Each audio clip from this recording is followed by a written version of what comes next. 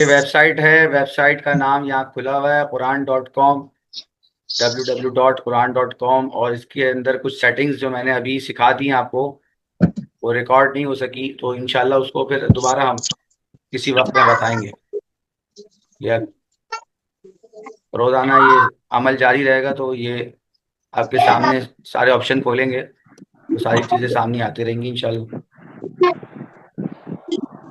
اچھا جی، یہ آ گیا۔ اچھا، ایک مسئلہ یہ آیا تھا کل، اس میں ہم اٹک گئے تھے، تھوڑا سا ٹائم لگ گیا تھا۔ اعوذ باللہ نہیں لکھی ہوئی یہاں پہ نا، یہاں پہ اعوذ باللہ نہیں لکھی ہوئی۔ کل ہم نے صرف اعوذ باللہ کو اپنا سبق بنایا تھا، موضوع بنایا تھا۔ السلام علیکم ورحمۃ اللہ وبرکاتہ۔ وعلیکم السلام ورحمۃ اللہ وبرکاتہ اہلا و سہلا و مرحبا، جانی پہچانی آواز جی بالکل، جس کو سننے کے لیے ہم بےتاب تھے۔ یہ آپ کی کرم نوازی ہے استاد جی، آپ کی محبت ہے، جزاک اللہ۔ آپ کے آنے سے بہت خوشی ہوئی، بہت شکریہ، جزاک اللہ جزاک اللہ۔ اور ذہن میں تو یہ تھا کہ انشاءاللہ ہمارے کوئی آئے نہ آئے، جاوید صاحب لازمی آئیں گے انشاءاللہ۔ جی بالکل بالکل، انشاءاللہ انشاءاللہ انشاءاللہ پابندی رہے گی اب انشاءاللہ۔ اچھا، ہم اعوذ باللہ نکال لیتے ہیں۔ اعوذ باللہ لکھی ہوئی نظر آ رہی ہے آپ کو؟ جی آ رہی ہے، جی آ رہی ہے۔ اچھا، اب دیکھیے یہاں پر، اچھا ماشاء اللہ شوکت صاحب بھی آ گئے ہیں، الحمدللہ آج تو رونق لگ گئی کلاس۔ اچھا، کل ہم نے اعوذ باللہ کو موضوع بنایا تھا اور اعوذ باللہ پر صرف سبق ہوا تھا۔ ابتدا تو ہم کر رہے تھے سورہ فاتحہ سے، لیکن سورہ فاتحہ شروع کرنے سے پہلے دو چیزیں جو کہ قرآن کے حکم کے مطابق ہے، قرآن کی آیت ہے فَإِذَا قَرَأْتَ الْقُرْآنَ، جب بھی آپ قرآن پڑھیں تو فَاسْتَعِذْ بِاللَّهِ مِنَ الشَّيْطَانِ الرَّجِيمِ، فَاسْتَعِذْ بِاللَّهِ مِنَ الشَّيْطَانِ الرَّجِيمِ، تو آپ اللہ کی پناہ مانگ لیں شیطان مردود سے۔ اسی لیے یہ حکم ہے دین اسلام کا کہ قرآن پاک کو شروع کرنے سے پہلے اعوذ باللہ من الشیطان الرجیم پڑھنا چاہیے۔ اب اعوذ باللہ من الشیطان الرجیم کو پڑھنے میں مسلمان جو غلطی کرتے ہیں تجوید کے اعتبار سے، اس غلطی کو ہم نے کل تفصیل سے بیان کیا۔ کاش کہ آپ سب حضرات کل موجود ہوتے، کیونکہ کل ہم نے ذرا سی بھی کوئی کمی نہیں چھوڑی تھی اس میں، اور کوشش کی تھی کہ ہر چیز پر روشنی ڈالے۔ اچھا، اعوذ میں نے بتایا تھا کہ اعوذ کے اندر جو ہے آ حمزہ کے اوپر زبر ہے۔ بہت سے لوگ جب اس کو تجوید سے یا قرأت کے ساتھ پڑھنے کی کوشش کرتے ہیں تو یہاں تھوڑا سا کھینچ دیتے ہیں، اعوذ باللہ من الشیطان الرجیم، اس طرح پڑھتے ہیں۔ تو میں نے یہ بتایا تھا کہ اس کو اگر آپ نے کھینچ دیا نا تو یہ یوں سمجھ لیجیے کہ کھینچنے سے یہاں ایک الف کا اضافہ ہو جائے گا، کیونکہ زبر کو کھینچنے کا مقصد کیا ہوتا ہے؟ زبر کو کھینچنا گویا کہ الف کا اضافہ کرنا، حرف الف کا اضافہ کرنا۔ زیر کو کھینچنا گویا کہ یا کا اضافہ کرنا، اور پیش کو کھینچنا اس کا مطلب ہے واو کا اضافہ کرنا، کیونکہ واو مدہ، یا مدہ اور الف مدہ یہ کیا ہے؟ یہ اصل میں زبر ہی کو جب ہم کھینچتے ہیں تو اس کے اندر الف کی آواز آ جاتی ہے، پیش کو جب کھینچتے ہیں تو واو کی آواز آ جاتی ہے، اور زیر کو جب کھینچتے ہیں تو یا کی آواز آ جاتی ہے۔ تو لہٰذا اسی لیے حرکات کو کھینچنا یہ کسی صورت جائز نہیں ہے، حرکات کو کھینچ کے پڑھنا۔ اور شروع میں جو عام طور سے حمزہ ہوتا ہے، اس حمزہ کو جب ہم کھینچ دیتے ہیں تو وہاں لفظ تو خراب ہوتا ہی ہوتا ہے، معنی بھی خراب ہوتے ہیں، وہاں پر معنی استفہامیہ بن جاتے ہیں، استفہامیہ۔ یہ وہ طلبہ جو عربی پڑھ چکے ہیں تھوڑی بہت، وہ جانتے ہیں اچھی طریقے سے کہ شروع میں جب لگا دیتے ہیں تو کیا ہوتا ہے۔ مثال کے طور پر اگر ہم کہیں ھذا کتاب یا ھذا نجم، ذالک نجم، اور اس کے شروع میں اس کا مطلب تو یہ ہے کہ یہ کتاب ہے، یہ وہ ستارہ ہے، لیکن اگر شروع میں لگا دیں تو کیا مطلب ہو جائے گا؟ کیا یہ کہ ھذا کتاب احاذا باب، تو وہ سوال سوال بن جائے گا. اسی طریقے سے اگر یہ جو شروع میں حمزہ ہے، اس حمزہ کے زبر کو اگر آپ کھینچ دیں تو یہ گویا یہ سمجھا جائے گا کہ ایک آ اور ایک الف، دو چیزوں کا ملاپ ہے، اعوذ. اور پھر معنی کیا بن جائیں گے؟ وہی معنی جو ہم بطور دعا کے ہم کہہ رہے تھے کہ میں پناہ مانگتا ہوں اللہ کی شیطان مردود سے، یا میں پناہ میں آتا ہوں. تو وہ اس کا مطلب پھر یہ بن جائے گا، کیا میں پناہ میں آتا ہوں اللہ کی شیطان مردود سے. تو اس لیے اس چیز کا ہمیشہ خیال کرنا ہے. اور بچے جب پڑھتے ہیں تو وہاں بھی اور خود بھی، کہ بھائی وہ کہیں اس کو کھینچ تو نہیں ہے، اس طرح تو نہیں پڑھ رہے، اس طرح نہیں پڑھنا ہے. تو کو بغیر کھینچے پڑھنا ہے، اعو بغیر کھینچے. اور حمزہ کے بعد عین ہے، میں نے بتایا تھا کہ عین اور حمزہ یہ دونوں یہ ملتی جلتی آواز والے حروف ہیں، ملتی جلتی آواز والے، جن کو ہم کہتے ہیں تجوید کی زبان میں مشابہ آواز حروف. تجوید کی زبان میں انہیں مشابہ آواز حروف کہا جاتا ہے. تو یہ وہ حروف ہیں. تو لہٰذا ہمیں اس چیز سے بھی بچنا ہے کہ مشابہ آواز حروف جن کی آوازیں ملتی جلتی ہیں ان میں فرق ہو. اب عام طور سے لوگ عین اور ہا، میں نے آپ کو بتایا تھا، یاد ہوگا کل ہم نے ایک نصاب دکھایا تھا آپ کو، میں نے بتایا تھا اس نصاب کے بارے میں. یہ دیکھیں یہ آپ کے سامنے کھل چکا ہے، مختصر نصاب برائے تجوید القرآن. یہ اسکولوں کے اندر جو تجوید کی کلاسز ہوتی ہیں اس کے لیے میں نے یہ تیار کیا تھے، نوٹس تیار کیے، جس کے اندر صورتیں بھی شامل کی، صورتوں کی پریکٹس ہے، مخارج ہیں، 17 مخارج ہیں، یہ مخارج اب بتائیں گے آپ کو، صفات ہیں، اور دیگر کچھ قواعد ہیں. اور یہ بالکل سمجھ لیں کہ تجوید کی مبادی ہیں، مبادی یعنی فنڈامنٹلز ہیں، یاد ہے. فنڈامنٹلز، فاؤنڈیشن ہے یہ. تو لہذا اس کے اندر کل میں نے دکھایا تھا، ابھی بھی میں دکھا دیتا ہوں. یہ اسکول کے بچوں کے لیے تیار کیا ہوا ہے تاکہ وہ ان سب چیزوں سے ریویو کر سکیں، ان چیزوں کو جو ہم ان کو پڑھاتے ہیں.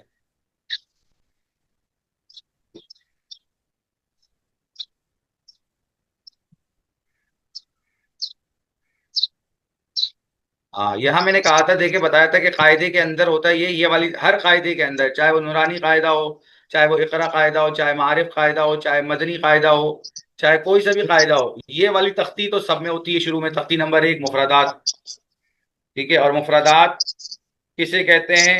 لکھا ہوا ہے الگ الگ لکھے ہوئے حروف کو مفردات کہتے ہیں. یہ آپ کو نظر آ رہا ہے، مفردات کسے کہتے ہیں؟ الگ الگ لکھے ہوئے حروف کو. اور یہ کتنے ہیں مفردات؟ یہ 29 ہیں. ہاں جاوید صاحب مائک بند رکھیں، آپ کے مائک کی وجہ سے شاید آواز آ رہی ہے. پھر کچھ قاعدوں کے اندر جو ہے نا دوسرا صفحہ یہ دیا ہوا ہوتا ہے، یہ والا جو آپ کے سامنے کھلا ہوا ہے. اس دوسرے صفحے کے اندر یہ دیکھیے، یہ والا صفحہ، پورا صفحہ آپ کے سامنے آ گیا. اس کے اندر کیٹیگریز ہے، کلاسیفیکیشن ہے انہی 29 حروف کی. اس کے اندر دیکھیں ایک ٹائٹل یہ دیا ہوا ہے یہاں پر، حروف حلقی والا، حروف حلقی والا. اس کے اندر جو یہ حروف حلقی کسے کہتے ہیں؟ کل بتایا تھا کہ وہ حروف جو حلق سے ادا ہوتے ہیں. حلقی حلق سے بنا ہے، حلقی کا مطلب ہے حلق والے. اور یہ حلق والے حروف جو ہے نا، ان کا بڑا ایک اہم رول ہے، کردار ہے، کل یہ آپ کو بتایا تھا. تو اس کے اندر جو بیچ کے یہ دو حروف ہیں، عین اور ہا، عین اور ہا، سمجھ لیں یہ کمزوری ہے ہماری عوام کی. یہ ہماری عوام جو ہے نا، جو بھولی بھالی عوام ہے، دین کے اعتبار سے، دنیا کے اعتبار سے تو ماشاءاللہ بہت آگے ہیں، لیکن دین کے اعتبار سے بڑے بھولے بھالے. یہ ان کی کمزوری ہے ہماری عوام کی اور ہمارے معاشرے کے اندر. عین اور ہا، ع اور ہا، یہ نکالنا مشکل ہوتا ہے اردو بولنے والوں کے لیے، کیونکہ اردو بولنے والوں نے اپنا ایکسنٹ جو ہے نا وہ خراب کیا ہوا ہے. عربی کے الفاظ تو اپنی زبان میں شامل کر لیے، لیکن لہجہ اور تلفظ نہیں شامل کر سکے بیچارے. اب جو حلوہ تھا، حلوہ، وہ ہمارے یہاں حلوہ ہے، حلوہ. اسی طریقے سے جتنے بھی جہاں بھی ہا استعمال ہوتا ہے، ہم ہا کہاں پڑھتے ہیں؟ ہم ہا پڑھتے ہیں اسے، ہا، ہا کو ہا میں تبدیل کر دیتے ہیں. یہ دیکھ رہے ہیں، یہ مشابہ آواز. مشابہ آواز حروف، یہ یہاں یہ دو مشابہ آواز میں نے بتایا تھا، وہ حروف جو جن کی آپس میں آوازیں ملتی جلتی ہیں، ہا اور ہا یہ ایک ساتھ لکھے ہوئے ہیں، یہ دونوں آپس میں ایک دوسرے کی آوازوں سے میچ کرتے ہیں، اس وجہ سے یہاں ہم غلطی کرتے ہیں اردو کے اندر، ہم جہاں بھی ہا آتا ہے وہاں ہم ہا پڑھ دیتے ہیں۔ اب اردو بول چال کے اندر اگر یہ غلطی کر رہے ہیں تو کوئی گناہ نہیں مل رہا، کوئی پکڑ نہیں ہے اس پر، لیکن قرآن پاک کے اندر یہ غلطی کریں گے، اگر ہا کو اور ہا سے تبدیل کر دیں گے تو معنی تو تبدیل ہوں گے اور اس پر عذاب بھی ہوگا۔ اس کی ایک میں مثال دیتا ہوں، کل میں نے ایک بات کہی تھی، میں نے کہا تھا کہ اگر تجوید ہم نہ سیکھیں اور ہم تجوید کے اعتبار سے اب مشق نہ کریں قرآن پاک پڑھنے کی، نتیجہ کیا نکلتا ہے؟ قرآن میں جگہ جگہ ہم ایسی غلطیاں کرتے ہیں کہ ہم معنوں کو تبدیل کرتے رہتے ہیں، اور اس کی سب سے بڑی مثال سورہ فاتحہ جو ہم ہر رکعت میں پڑھتے ہیں، ہر نماز کی ہر رکعت میں پڑھتے ہیں، اس کے اندر پہلا لفظ آتا ہے انشاءاللہ الحمد، الحمد، اس کو سب پڑھتے ہیں الحمد، الحمد للہ، الحمد للہ۔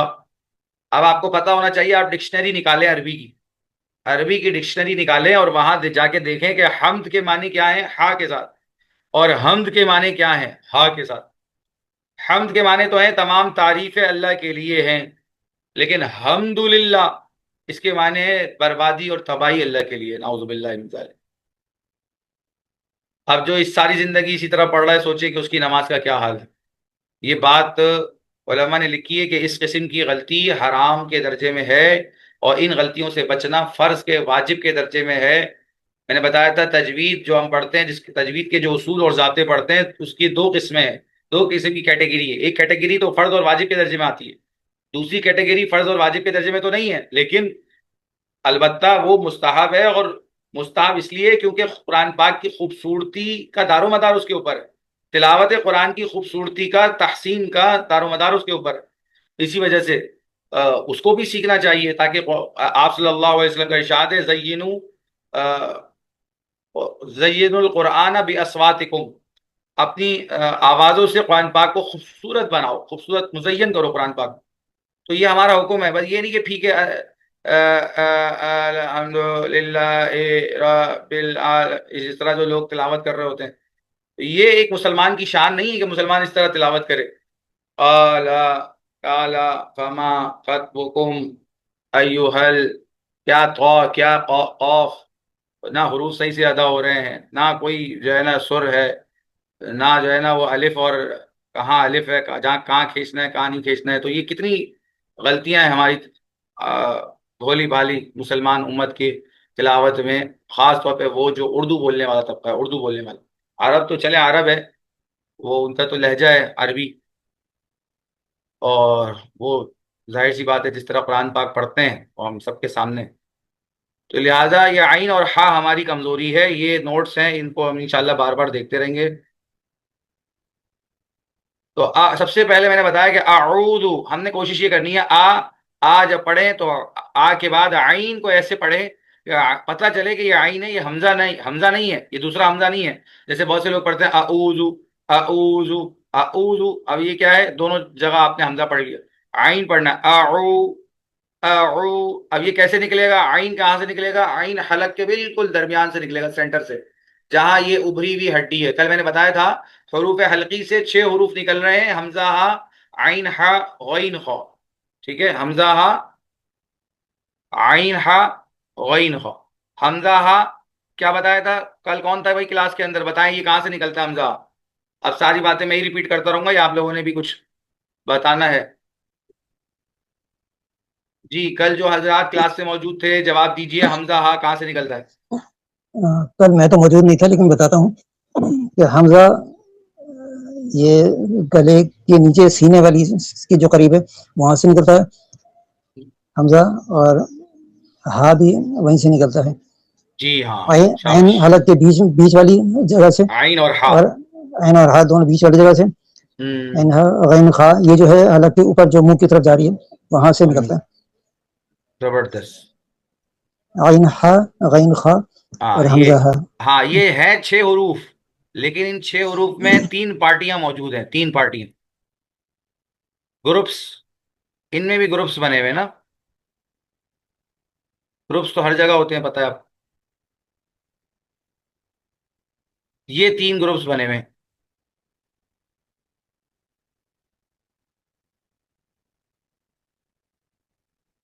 ایک حمزہ ہا، دوسرا گروپ عین ہا، تیسرا گروپ غین خا.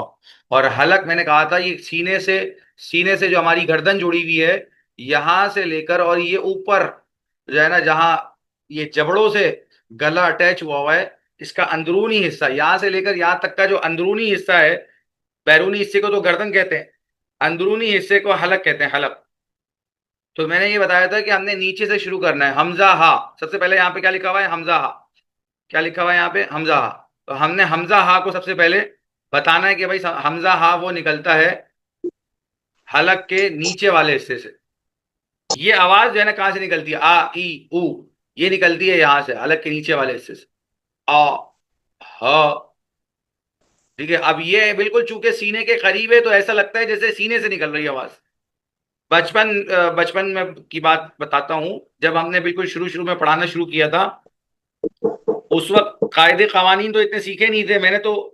کل میں نے یہ ذکر کیا تھا کہ جب میں 11 سال کا تھا، 10 سے 11 سال کا تھا، اس وقت سے الحمدللہ اللہ نے پڑھانے کی توفیق دے دی کہ اپنے سے چھوٹوں کو اس وقت سے پڑھانا شروع کیا اور آج تک الحمدللہ پڑھا رہے ہیں. اور پھر بعد میں تو پھر چھوٹے بڑے کیا سب کو ہی پڑھایا، اپنے دادا کی عمر کے لوگوں کو بھی پڑھایا. تو یہ جو حمزہ اور ہائے، اس میں ہم جو ہے نا، یوں میں بتایا کرتا تھا پہلے کہ بھائی یہ سینے سے نکلتا، ہاں ہاں یہ سینے سے نکلتا ہے. اس زمانے کی بات بتا رہا ہوں، بچپن کی. کہ اس وقت ہم جب اپنے چھوٹوں کو سکھایا کرتے تھے تو وہ آسان ہمارے ذہن میں یہ تھا کہ ایک ہا ہے اور ایک ہا ہے. ایک آج بھی جو ہے نا وہ ایک مدرسے میں ایک مرتبہ میں بچوں کو بٹھا کے سمجھا رہا تھا، تو میں نے یہ کہا کہ بھائی حلق سے نکلتا ہے ہا ہا. تو ہمارے جو استاد تھے حفظ کی کلاس کے، قاری صاحب، وہ پریشان ہو گئے، کہنے لگے حلق سے نکلتا ہے، سینے سے نکلتا ہے؟ ہاں سینے سے نکلتا ہے. تو میں نے کہا بھائی وہ سینے کے قریب سے نکلتا ہے، وہ آپ اس کو یوں ہی کہہ لیں، کہہ سکتے ہیں بچوں کو سمجھانے کے لیے کہ بھائی سینے سے نکلتا ہے. ایک ہے ہا اور ایک ہے ہا، حلق کے درمیان سے. تو یہ تعبیر کا فرق ہے، لیکن بہرحال وہ چونکہ حلق کے قریب ہے وہ حصہ، اس وجہ سے ہم یوں کہہ دیتے ہیں کہ بھائی سینے سے نکل گیا، لیکن ہے وہ حلق کا حصہ. آ آ اور ہا یہ دونوں حلق کے نیچے والے حصے سے. آ اور ہا یہ حلق کے درمیان، جہاں ابری ہوئی ہڈی ہے، جہاں کیا ہے؟ ابری ہوئی ہڈی. اور غین اور خا یہ حلق کے وہ اوپر والا حصہ، اس جگہ سے کیا نکلتا؟ غو آواز اور خا، غو خا. ٹھیک ہے. تو یہ حروف حلقی کی کیٹیگری ہے، اور اس کی یہ تفصیل ہر وقت آپ لوگوں کے ذہن میں ہونی چاہیے کہ بھائی حروف حلقی 6 ہیں، اور حروف حلقی سے مراد وہ حروف ہیں جو حلق سے ادا ہوتے ہیں. اور پھر حلق کے بھی there are 3 partition of our throat. ہمارے حلق کے بھی پھر کتنے؟ 3 حصے ہیں. اس میں سے ایک کو ہم نیچے والا حصہ کہتے ہیں، ایک کو درمیان والا، ایک کو اوپر والا، ایک کو ادنا، ایک کو اقصا، ایک کو متوسط. اس طریقے سے کہا جاتا ہے. آسان کر کے میں یوں سمجھا دیتا ہوں بھائی نیچے والا حصہ، درمیان والا حصہ اور اوپر والا حصہ. کیونکہ وہ ادنا، اعلیٰ اور جو ہے نا وہ اقصا، اس میں تو ہم بھی کبھی کبھار پھنس جاتے ہیں کہ بھائی وہ اقصا سے کون سا اقصا؟ اقصا تو کنارے والے کو کہتے ہیں، کون سا کنارہ مراد ہے؟ یہ اعلیٰ ادنا. اس میں تھوڑا سا جب بڑے سب پھنس جاتے ہیں تو بچے کیا جو ہے نا، اس کو بچوں کے لیے اور مشکل ہو جاتی ہے. اس لیے عام طور سے پڑھاتے ہوئے صرف اتنا جان لینا کہ بھائی ایک نیچے والا، ایک درمیان والا، ایک اوپر والا، اس سے ہی کافی ہے. افتخار صاحب پڑھیے ذرا، مائک کھول کے ذرا ہمت کریں. اعوذ صرف اعوذ باللہ من الشیطان الرجیم. بس اعوذ باللہ من الشیطان الرجیم. جی ہاں اعوذ باللہ من الشیطان الرجیم. ٹھیک ہے، ٹھیک پڑھا؟ جی ہے، صحیح ہے. اعو، ہاں یہ عین بس حمزہ آ میں اور عو میں فرق ہونا چاہیے ان کے مخرج کے اعتبار سے. مخرج آ کا مخرج کیا ہے؟ مخرج کسے کہتے ہیں؟ نکلنے کی جگہ. حرف کے نکلنے کی جگہ کو مخرج کہتے ہیں. آ پڑھ رہے ہیں تو آ نکلے گا حلق کے نیچے والے حصے سے. عو پڑھ رہے ہیں تو عو عین جو ہے یہ درمیان والا ہے، حلق کے درمیان والا. تو اس کا خیال رکھنا ہے. اعو. جی جاوید سر. صاحب آپ پڑھیں ذرا. جی. اعوذ باللہ من الشیطان الرجیم. صحیح ہے، شاباش. جی شوکت صاحب آپ پڑھیں. أعوذ بالله من الشيطان الرجيم جی جی آپ پڑھ لیں ام شرجی صاحب. أعوذ بالله من الشيطان الرجيم ہاں اب دیکھیں آپ نے تھوڑا سا جو ہے نا کھینچ دیا، اعوذ کھینچنا نہیں ہے، اعوذ ایسے پڑھنا. أعوذ بالله من الشيطان الرجيم چلے دیکھیے اب زال اعو جو ہم نے پڑھا ہے نا، اعو اس کے بعد زال ہے. زال کو میں نے بتایا تھا کہ یہ نرمی والا حرف ہے. زال کہاں لکھا ہوا ہے؟ یہ نرم حروف سا زال زو، تین حروف ہیں جو نرمی سے پڑھے جاتے ہیں. زال کو نرمی سے پڑھنا ہے، مخرج اس کا زبان کی نوک اور اوپر کے دو دانتوں کا کنارہ. زال زال جب ہم عام طور سے پڑھتے ہیں تو ہلکی سی زبان بھی جھانکتی ہوئی نظر آتی ہے باہر کی طرف. اعوذ باللہ من الشیطان الرجیم. تو زال کو نرمی سے پڑھنا ہے. اعوذ یہاں پہ سختی نہیں ہونی چاہیے، اعوذ باللہ ایسے نہیں. زو جہاں یہ اس طرح کوئی پڑھے زو تو سمجھ لیں کہ اس نے زال کو کس سے تبدیل کر دیا؟ زا سے. کیوں؟ وہ دیکھ لیں یہاں پہ لکھا ہوا ہے مشابہ آواز حروف کے اندر یہ کیٹیگری دیکھیں، زال اور زا یہ دونوں کون سے حروف ہیں؟ یہ دونوں وہ حروف ہیں جن کی آوازیں آپس میں ملتی جلتی ہیں. فرق کس چیز کا ہے؟ فرق کوالٹی کا ہے اور مخرج کا بھی فرق ہے. لیکن عام طور سے مخرج تو ہر ایک کو نہیں معلوم ہوتا کہ بھائی کون سا حرف کہاں سے نکل رہا ہے. یہ تو ڈیٹیل میں کسی کو معلوم نہیں ہوتا ہے، معلوم بھی ہو تو یاد نہیں ہوتا. تو اس لیے سب سے پہلے جو فرق کیا جاتا ہے وہ کوالٹی کا، کہ اس کو ہم نے نرمی سے پڑھنا ہے، اس کو سختی سے پڑھنا ہے.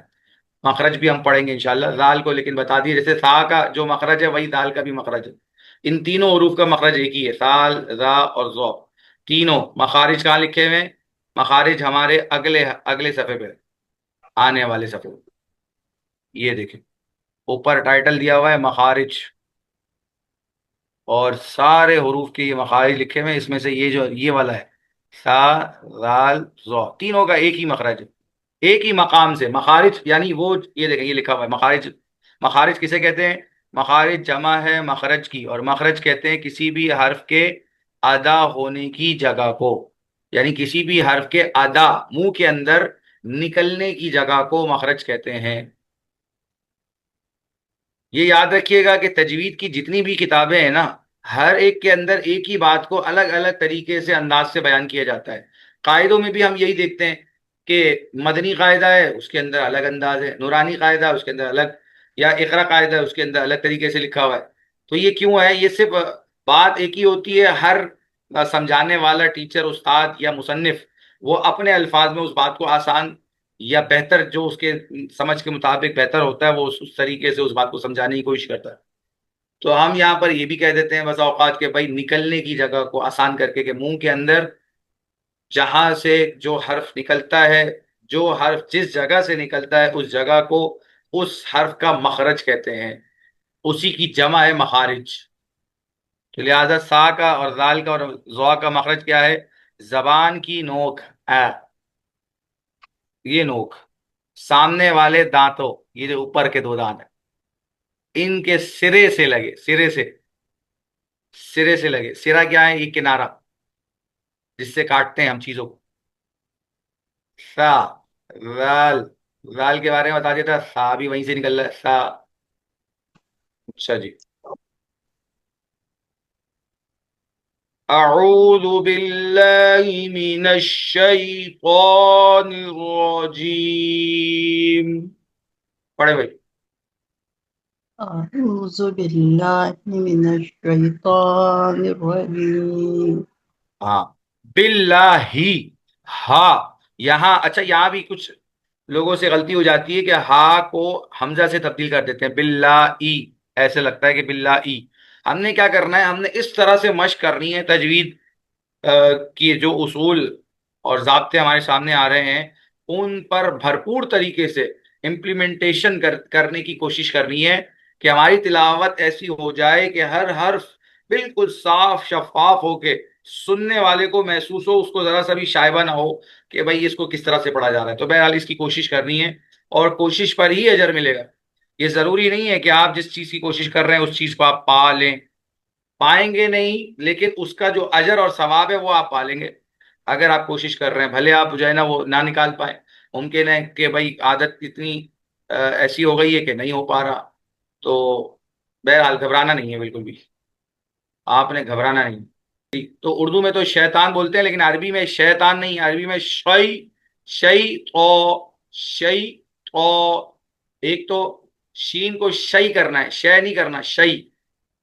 اور تو کو تو تانی بنانا ہے، تانر شیطان ایسے نہیں. تو شی تو موٹا کر کے منہ بھر کے پڑھنا ہے. موٹے حروف بھی یہاں پر موجود ہیں. موٹے حروف جو سات ہیں، خا، صاد، ضاد، طا، ظا، غین، قاف. یہاں پر ایک سوال ہے. سوال یہ ہے کہ بھئی خا، صاد، ضاد، طا، ظا، غین اور قاف، یہ سات حروف ہیں. اس کے اندر لام اور را یہ کیوں نہیں لکھے ہوئے؟ ہم تو لام کو بھی موٹا کر کے پڑھتے ہیں، جیسے قل هو اللہ احد، اللہ الصمد. اسی طرح را کو بھی موٹا کر کے پڑھتے ہیں، جیسے ابھی یہاں پر ہم پڑھیں گے اعوذ باللہ کے اندر، اعوذ باللہ من الشیطان الرجیم. راجیم. اب یہ یہ کیا کر رہے ہیں؟ موٹا تو پڑھ رہے ہیں. تو بھئی یہ را اور لام جسے موٹا پڑھتے ہیں یہ کیوں نہیں ہے ان حروف کے اندر؟ یہ سوال ہے، کون جواب دے گا اس کا؟ جی اس لیے نہیں ہے کہ کیونکہ یہ حرکات پہ ڈیپینڈنٹ ہے، یعنی کہ لام کے اوپر اگر زبر ہے اور لام کے اوپر زبر ہے تو یہ موٹا پڑھا جائے گا، اور اگر اس کے نیچے زیر ہے تو موٹا نہیں پڑھا جائے گا. بالکل صحیح. اصل میں یہ جو سات حروف ہیں یہ وہ ہیں جنہیں ہم ہمیشہ موٹا پڑھتے ہیں، ہمیشہ. ٹھیک ہے، we always read them with heavy sound. ہم ہمیشہ انہیں موٹا پڑھتے ہیں. جبکہ لام اور را وہ ہے کہ sometime we read these letters with heavy sound and sometimes we read these letters lightly. کبھی ہم اس کو باریک پڑھتے ہیں، لائٹلی جو ہے نا وہ کہا جاتا ہے اس کو باریک پڑھنے کو، لائٹ کر کے پڑھتے ہیں، اور کبھی ہم ہیوی ساؤنڈ کے ساتھ پڑھتے ہیں. تو چونکہ وہ کنڈیشنل ہے، وہ سم ٹائمز والی کیس ہے، اس وجہ سے اس کو اور اس کو ان میں فرق کیا گیا ہے.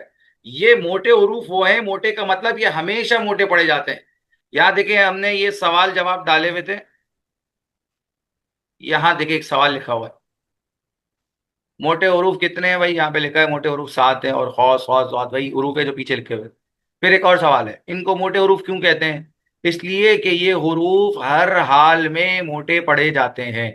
ٹھیک ہے، اس کو ہم نے ذہن میں رکھنا ہے. ہر حال میں، چاہے ان کے اوپر زبر ہو، چاہے ان کے نیچے زیر ہو، چاہے ان کے اوپر پیش ہو، چاہے کھڑا زبر ہو، چاہے کھڑی زیر ہو، چاہے الٹا پیش ہو، چاہے دو زبر ہو، چاہے دو زیر ہو، چاہے دو پیش ہو، چاہے ان کے اوپر کوئی حرکت ہو ہی نہیں بلکہ یہ ساکن ہو، سکون ہو ان کے اوپر، یعنی جزم جسے ہم کہتے ہیں، تب بھی یہ موٹے ہیں، تب بھی ان کو موٹا پڑھا جائے گا. ہر حال میں یہ موٹے پڑھے جائیں گے.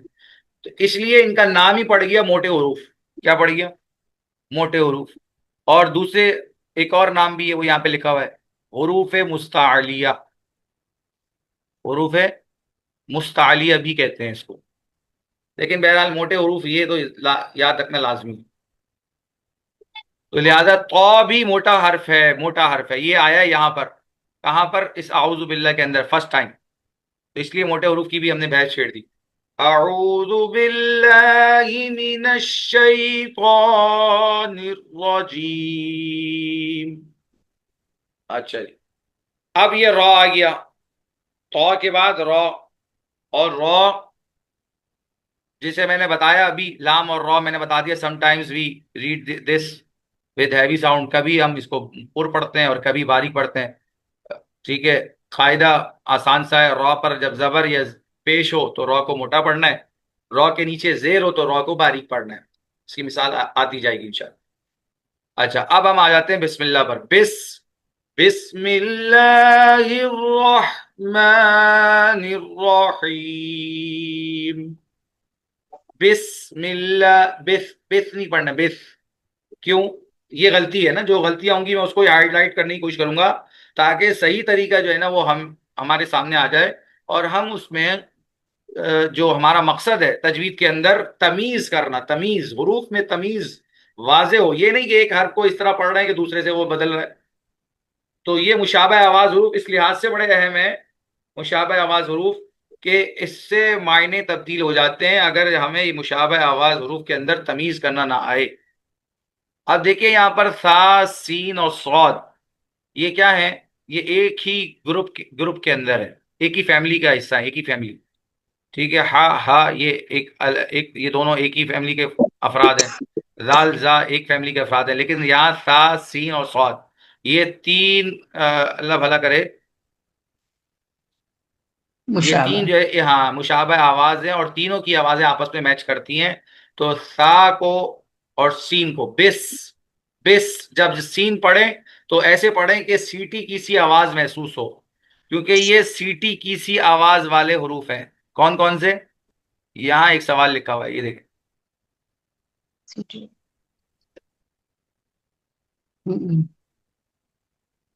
کہاں لکھا ہے؟ یہ یہ رہا. ٹی ٹی والے حروف کتنے ہیں؟ سی ٹی والے حروف تین ہیں، زا، سین، صاد. زا، سین، یہ سی ٹی کی آواز. صاد.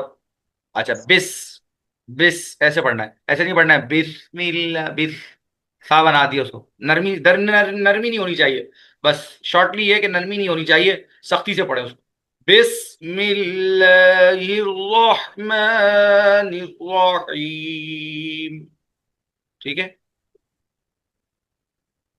بسم اللہ. اچھا یہاں بھی آیا تھا اللہ اور یہاں بھی لفظ اللہ آیا ہے، دونوں جگہ لفظ اللہ آئے ہوئے ہیں، لیکن ہم یہاں لفظ اللہ کو پڑھ رہے ہیں، لفظ اللہ کے لام کو پڑھ رہے ہیں باریک. کیوں؟ کیونکہ ضابطہ اور قاعدہ یہ ہے کہ لفظ اللہ کے لام سے پہلے والے حرف کے نیچے زیر ہو تو لام اور اللہ کے لام کو باریک پڑھا جاتا ہے. اور یاد رکھیے گا کہ لام ایسا حرف ہے سوائے لفظ اللہ کے کہیں بھی یہ موٹا نہیں پڑھا جاتا. لام ایسا حرف ہے سوائے لفظ اللہ کے کہیں اسے موٹا نہیں پڑھا جاتا، اور اللہ کے اندر بھی تب موٹا پڑھا جاتا ہے جب اس سے پہلے والے حرف پر زبر یا پیش ہو. مثالیں آگے آئیں گی. ابھی جو مثال آئی ہے وہ باریک والی آئی ہوئی ہے دونوں جگہ. اعوذ باللہ کل میں نے بتایا تھا، یہ اعوذ باللہ پڑھتے ہیں تب بھی باریک پڑھنا ہے، بسم اللہ پڑھتے ہیں تب بھی باریک پڑھنا ہے، اور جب آگے ہم سورہ فاتحہ شروع کرتے ہیں الحمد للہ للہ، وہاں بھی ہم نے باریک پڑھنا ہے، تینوں جگہ باریک پڑھنا ہے. ٹھیک ہے. تو بسم اللہ، لا کھڑا زبر ہے، کھڑا زبر کو کھینچیں گے، کتنا کھینچیں گے؟ جتنی دیر میں ایک بند انگلی درمیانی رفتار سے کھلتی ہے، جتنی دیر میں ایک بند انگلی درمیانی رفتار سے کھلتی ہے اتنی دیر. بسم اللہ الرحمن الرحیم. بسم اللہ الرحمن الرحیم. ٹھیک ہے. کھڑا زبر یہاں پہ بھی کھڑا زبر، اور رحمہ یہاں پہ بھی کھڑا زبر، ان کے اوپر کھڑا زبر.